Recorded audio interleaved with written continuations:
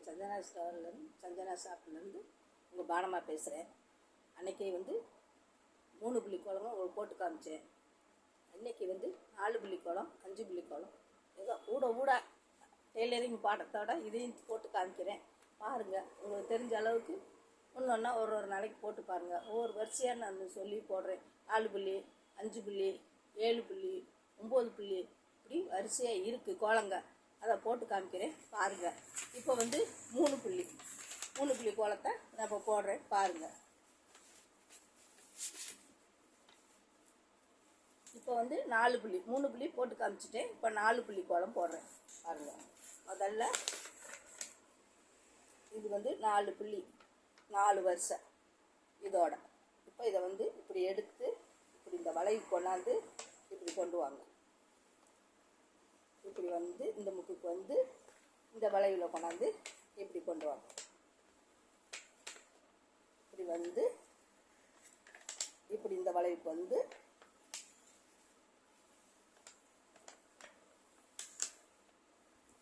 இது 4 புள்ளி சிம்பிளாக முடிக்கிறது. இது 4 புள்ளி. இந்த இடத்துல ஒரு அளவுக்கு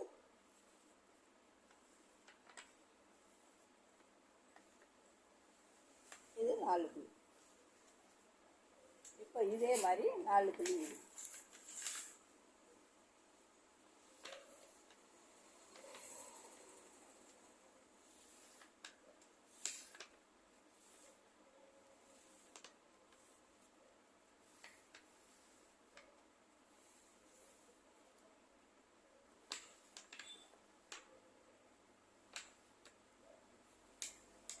சிம்பிளாக தெரிஞ்ச அளவுக்கு இந்த மாதிரி போடுங்க. இது 4 புள்ளி தான். இந்த வளைவு இப்படி வரும். இந்த வளைவு இப்படி வரும். இங்கே ஒரு கோடு, இங்கே ஒரு கோடு, இங்கே ஒரு கோடு. ஈஸியாக டக்குன்னு போடுறதுனால அவங்களுக்கு கோட்டை காமிக்கிறேன். இது ஒரு 4 புள்ளி கோலம். இது ஒரு 4 புள்ளி கோலம். 4 புள்ளி 4 வரிசை. இது ஒரு 4 புள்ளி 4 வரிசை. அடுத்து ஒரு 5 புள்ளியில் உங்களுக்கு போட்டு காமிக்கிறேன். இப்படி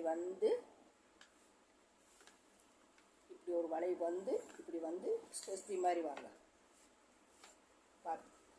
ரெண்டாவது இப்படி இப்படி இந்த முக்குக்கு இந்த புள்ளிக்கும் இந்த புள்ளிக்கும் அதே மாதிரி இந்த புள்ளிக்கும்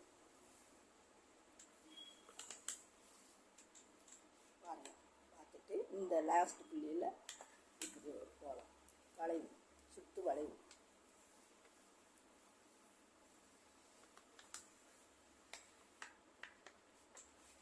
இது ஒரு 5 புள்ளி போகலாம். அதே மாதிரி இங்கே ஒரு 5 புள்ளி போகலாம். இது நடுவு சென்டரில் இந்த 3 புள்ளிக்கும் இப்படி ஒரு கோடு போட்டுக்கோங்க. அதே மாதிரி இந்த 3 புள்ளிக்கும் ஈஸியாக வளையும். உங்களுக்கு ஈஸியாகவும் இருக்கும். இது புள்ளி கோலமும் கூட. இந்த மாதிரி 2 வளைவு இந்த 3 புள்ளிக்குள்ளே இதை போடுங்க.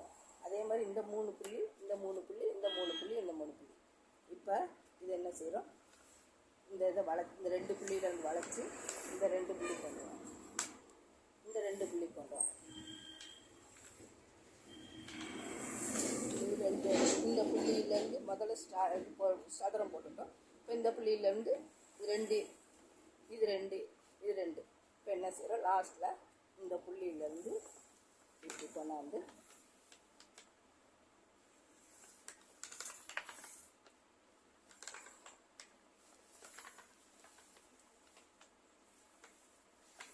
இது ஒரு 5 புள்ளி. ஒரு 5 கோலமாக நான் சொல்கிறேன் பாருங்கள். பார்த்துக்கிட்டிங்களா? இப்போ இன்னொரு 5 புள்ளி கோலம்.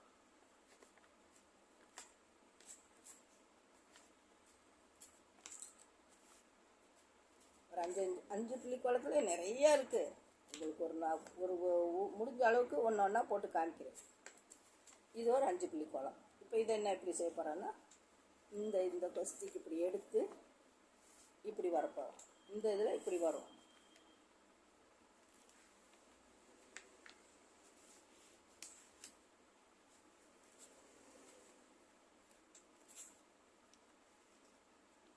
வளைவு இப்படி வந்து அதே மாதிரி இப்படி வந்து இப்படி வரும். இப்படியே இந்த இதில் முக்கோண மரம் இப்படி போய் இப்படி வந்துருச்சா. இப்போ இதை என்ன செய்கிறோம், இந்த இடத்துல வரையில் இப்படி தேர் மாதிரி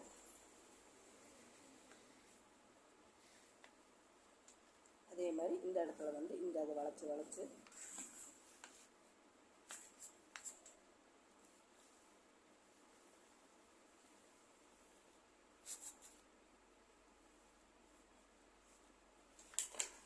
இது ஒன்று. இந்த மாடலும் போடலாம். இந்த மாடலும் 5 புள்ளி 5 வருஷம் தான். இப்போ நான் ஒரு 5 கோலம் போட்டு காமிச்சிருக்கேன், பாருங்கள், போடுங்க. ஏன்னா சின்ன இதில் நான் நிறையா போட்டு காமிச்சாலும் போட்டுக்கிட்டே இருப்பேன் நான். ஆனால் இது வந்து இப்போ ஒரு ஷார்ட்டில் வச்சு போடுறதுனால உங்களுக்கு போட்டு காமிக்கிறதுக்காண்டி சின்ன இதுகளை போடுங்க. டெய்லி உங்களுக்கு தெரிஞ்ச அளவுக்கு போட்டு இது பண்ணிக்கணும். இது வந்து இந்த மாதிரி அந்த 3 புள்ளிக்கு இப்படி வச்சு வளைச்சி இப்படி சுஸ்தி மாதிரி போட்டுக்கோங்க. இதே மாதிரி இந்த இது வளைச்சி போட்டுட்டு சுற்றி ரவுண்ட் பண்ணிக்கோங்க.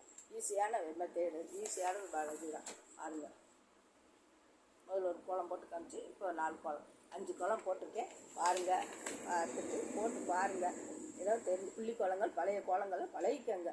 ஏன்னா ட்ராயிங் வரைஞ்சி போடுற கோலங்கள் வேறு, இப்போ போடுற கோலங்கள் வேறு. இப்போ போடுற பிள்ளைகள்லாம் அழகழகாக மயில் இது அப்படி போடுங்க. எங்களுக்கு புள்ளி கோலம் தெரியும், இதுதான் நோட்டாக போட்டு வச்சுருக்கோம் நாங்கள். அதனால் இதைத்தான் இப்போ உங்கள்கிட்ட சொல்கிறேன் நான். ஏன்னா ஊட தெரியாதவங்க இந்த 1-2 புள்ளி கோலம் போட்டுக்கிறட்டும் பழையபடி அப்படின்னு.